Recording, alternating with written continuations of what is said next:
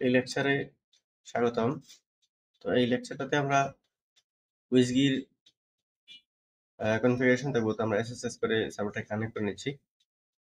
তো উইজগির init file এবং উইজগির service file আমরা তৈরি করব। তো আমরা প্রজেক্ট লোকেশনে চলে যাচ্ছি ও সিডিওপিটি দেন হচ্ছে আমাদের হেলথ কেয়ার ম্যানেজমেন্ট সিস্টেম। তো দেন হচ্ছে আমরা এখানে একটা ভিএনভিটা অ্যাক্টিভ করে নিচ্ছি। আমাদের উইজগি এটা ইনস্টল করতে হবে এবং উইজগি ইনিট ফাইল তৈরি করতে হবে। ভিএনভিটা অ্যাক্টিভ করে নিয়ে আমরা উইজগিটা ইনস্টল করব।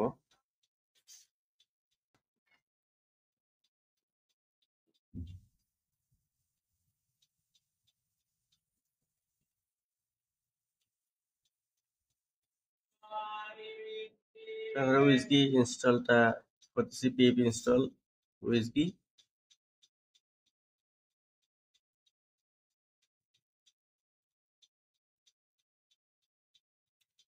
উইজকি ইনস্টল হচ্ছে, উইজকি ইনস্টল হয়ে দেন আমরা একটা উইজকি ডিরেক্টরি ক্রিয়েট করে তাতে আমরা একটা উইজকি ইনিট ফাইল তৈরি করবো যাতে কিছু কনফিগারেশন থাকবে।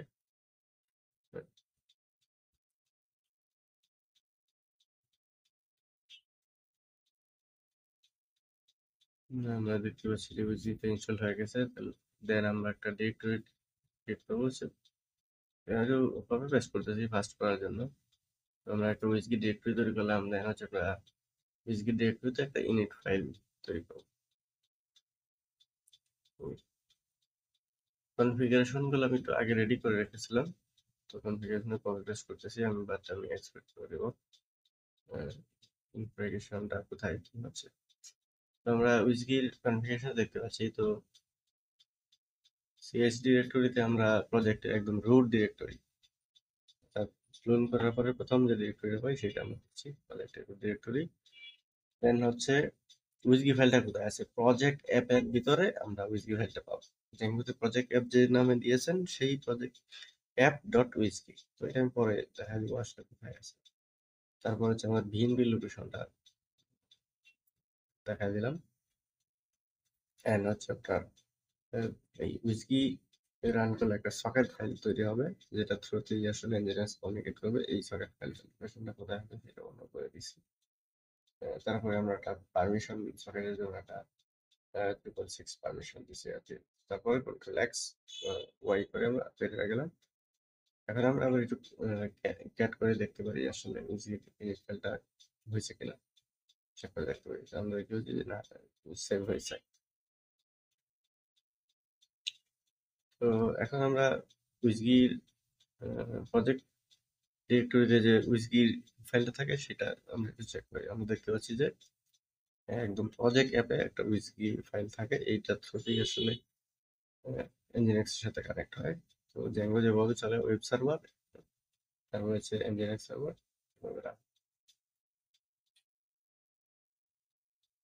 তো এখন আমরা একটা লগ ফাইল তৈরি করবো উইজগির জন্য, যে পরবর্তীতে আমাদের ডিবাগ করতে সুবিধা হবে। এটাকে আমরা পারমিশন দিব, 6x পারমিশন দিচ্ছি।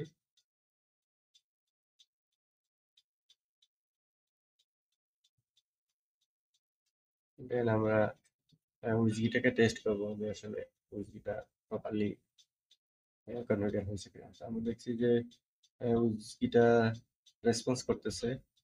তো তার মানে হচ্ছে যে উইজগিটা কনফিগার প্রপারলি হয়েছে।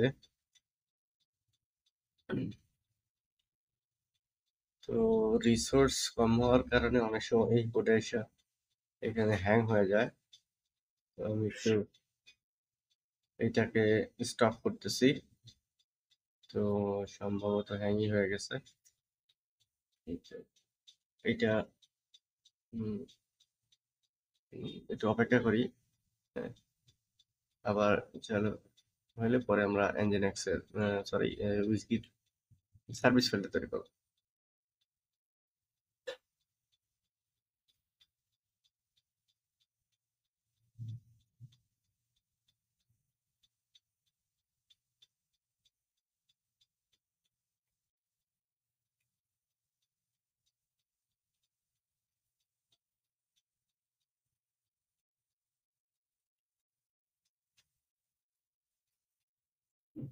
সার্ভারটা সম্ভবত হ্যাং হয়ে গেছে, যে কারণে রেসপন্স করতেছে না। তো একটু অপেক্ষা করতে হচ্ছে। তো AWS এর ফ্রি টিয়ার সার্ভিসগুলা অনেক সময় কম রিসোর্সের কারণে হয়। তো এই T2 মাইক্রোতে 1 GB র্যাম থাকে, আহ, সেই হিসেবে এটা এনাফ না। যদিও অ্যামাজন ইনস্টল লাইট, তো এটা দিয়ে চলে, বাট ইঞ্জিনের সিনটাস 9 দিয়ে ট্রাই করছি, সেটা দিয়ে আসলে চালানোই সম্ভব হয়।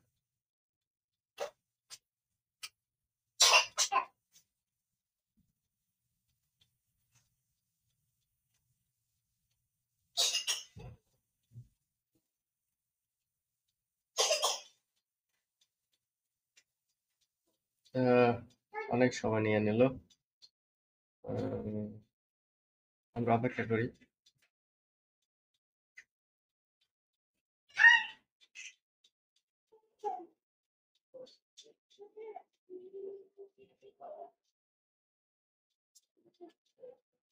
আমরা একটু পজ দিচ্ছি, যেহেতু এটা সময় নিয়ে নিচ্ছে।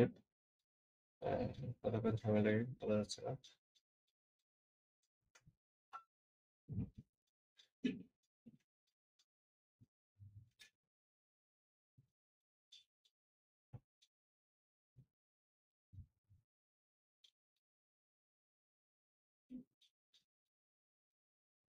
এটা আবার ফিরে এসেছে।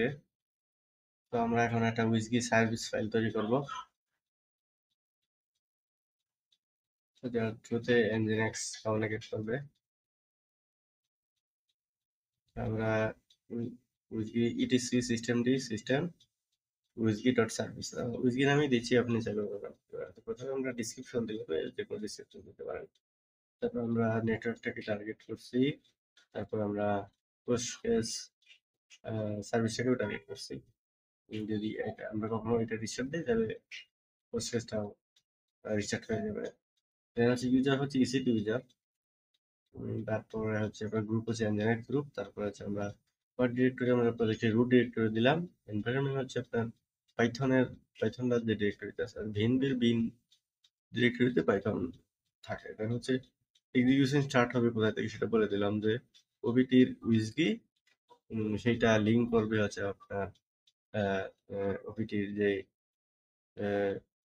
ভিএনবির উইজগিটা আপনার প্রজেক্টের উইজগির সাথে কমিউনিকেট করবে। দেন আমরা কন্ট্রোল এক্স ওয়াই করে বের হয়ে যাচ্ছি।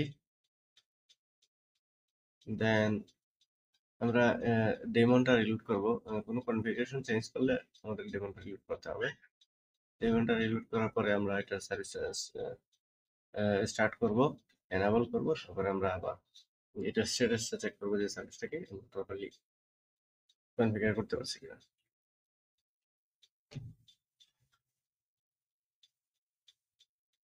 আমরা এনাবল করতেছি ইউএসবিটাকে, দেখতেছি যে ইউএসবি সার্ভিসটা একটা সিম্পলি লিঙ্ক তৈরি হয়ে গেছে।